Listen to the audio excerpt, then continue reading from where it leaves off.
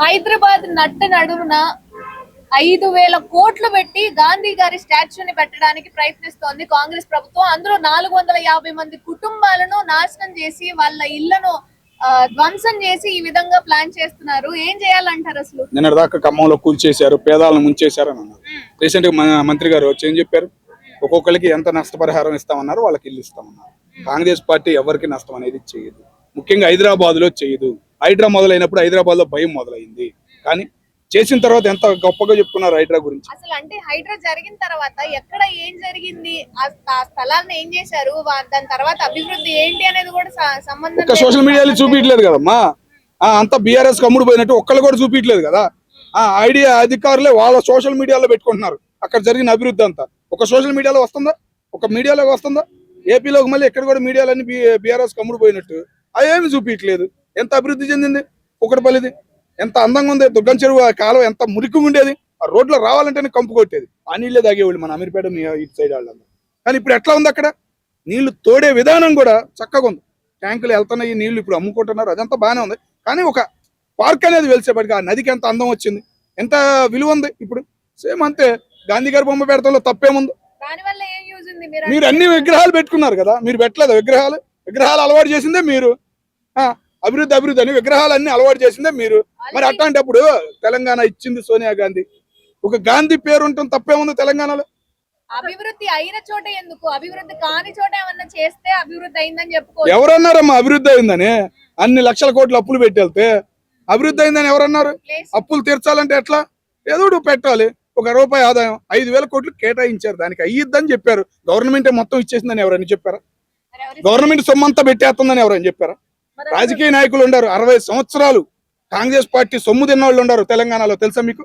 60 సంవత్సరాలు, 1 సంవత్సరం కాదు, 2 సంవత్సరాలు కాదు, వారసత్వంగా వచ్చిన వాళ్ళు ఎంతో పెద్ద నాయకులు ఉన్నారు తెలంగాణలో. వాళ్ళు ఇస్తారు 10 కాదు 50 కోట్లు ఇస్తారు, 100 కోట్లు ఇస్తారు ముందుకు వచ్చి గాంధీ గారి బొమ్మ అంటే.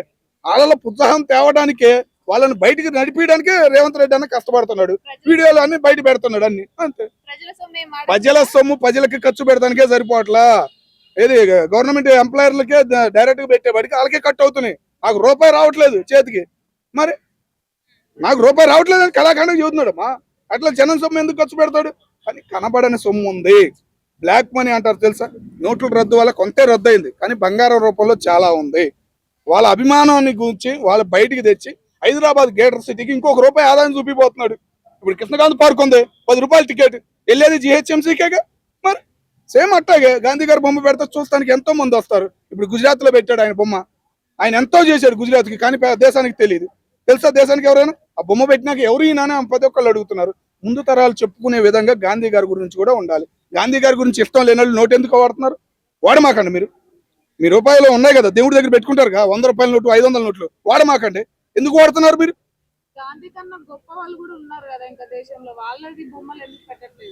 నీ ఇష్టం, నీకు గొప్పవాళ్ళమ్మా, నీ ఇష్టం, నాకు గొప్పవాళ్ళు. నాకు గాంధీ గొప్పవాడు, సోనియా గాంధీ నాకు తెలంగాణ ఇచ్చిందన్న ఫీలింగ్ లో ఉండారు తెలంగాణ వాళ్ళు. మరి ఆ ఫీలింగ్ పోకుండా ఉండాలంటే గాంధీ బొమ్మ పెడుతున్నారు. మరి దానిలో తప్పేముంది? అంత పెద్ద సచివాలయం కట్టావు, తెలుగు తల్లి బొమ్మ పెట్టావా? వచ్చిన కానీ పెట్టాడు బొమ్మ. ఎంత పేరు వచ్చింది రేవంత్ రెడ్డి గారికి. ఎన్నో అన్నారు, ఎన్నో విమర్శలు చేశారు, ఆ కాలు వేశారు, ఈ కాలు. ఒక తల్లిని గుర్తించాడు కదా, తెలుగు తల్లిని. మరి సేమ్ అంతే, గాంధీ తనను పెట్టిన తర్వాత కూడా ఇట్లాంటి విమర్శలు చేసే వాళ్ళందరూ నోరు మూసుకుని కూర్చుంటారు. కావాల్సినంత బ్లాక్ మనీ ఉందన్న దేశ ప్రధాని దక్షిణ భారతదేశానికి ఏమి ఇవ్వట్లా తెలుసా. 10 సంవత్సరాల నుంచి ₹1 కేటాయించట్లా కేంద్ర బడ్జెట్ లో. ఎవరైనా అడుగుతున్నారా? అవసరం లేదు, ఎవరికి వాళ్ళకి సరిపోతున్నాయి. కావాల్సినంత బ్లాక్ మనీ దక్షిణ భారతదేశంలో దాగి ఉంది, దాన్ని ఉపయోగించుకోండి. మీరు దాసి వేస్ట్ అని మోడీ గారు కూడా చెబుతున్నారు. అదే విధానంగా మన రేవంత్ రెడ్డి గారు కూడా ముందుకు సాగుతున్నారు, ఉపయోగిస్తాయి అమౌంట్ ని, అంతే. విద్యార్థులకు ఫీజు రియంబర్స్మెంట్ కి డబ్బులు లేవు, నియామకాలకి డబ్బులు లేవు, వీటికి ఎక్కడి నుంచి వస్తుంది? ఎవరన్నారమ్మా? ఇంతకు ముందు స్టూడెంట్లు ఎంత రభస. తెలంగాణ పుట్టిందే స్టూడెంట్ల నుంచి. ఎందుకు గోల్ చేయట్లా? ఉస్మానియా యూనివర్సిటీ అంటే రగిలిపోయేది, నువ్వు ఫీజులు ఇవ్వట్లేదు, అది ఇవ్వట్లేదు అంటే. ఎందుకు రగిలిపోవట్లా? ఎవరు పనులు చేసుకుంటున్నారు, జాబుల కోసం ట్రై చేసుకుంటున్నారు. గవర్నమెంట్ జాబులు వదలటం లేదని బాధలో ఉన్నారు, అంతకుమించి ఏముంది? నేను చెబుతున్నానమ్మా, నేను ఉస్మానియా క్యాంపస్ లో చదువుకున్నా. ఫీజు వేయలేదని చెప్పేసి 2011లో ఎంత రభస అయింది, ఎంత రభస చేశారు బయటకు వచ్చి. ఆ విషయం నేను చూశాను కాబట్టి ఇప్పుడు ఎవరు రావట్లా, ఎటువంటి లేవు. చిన్న చితికైతేనే మన సోషల్ మీడియాలో వచ్చేసింది కదా.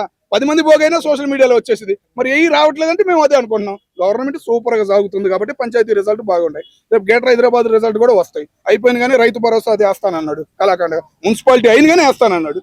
మరి గ్రేటర్ హైదరాబాద్ మధ్యలోనే వేయొచ్చు అమౌంట్.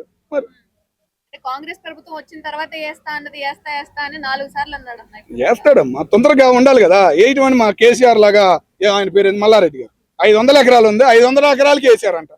ఆయన గర్వంగా చెప్పాడు. చెప్పొచ్చు అట్లా 500 ఎకరాలు ఉంది నాకు, 500 ఎకరాలకి వేసాడని ఆయన చెప్పాడు. మరి అది ఎంత మట్టి కరెక్ట్ మీరు ఆలోచించండి.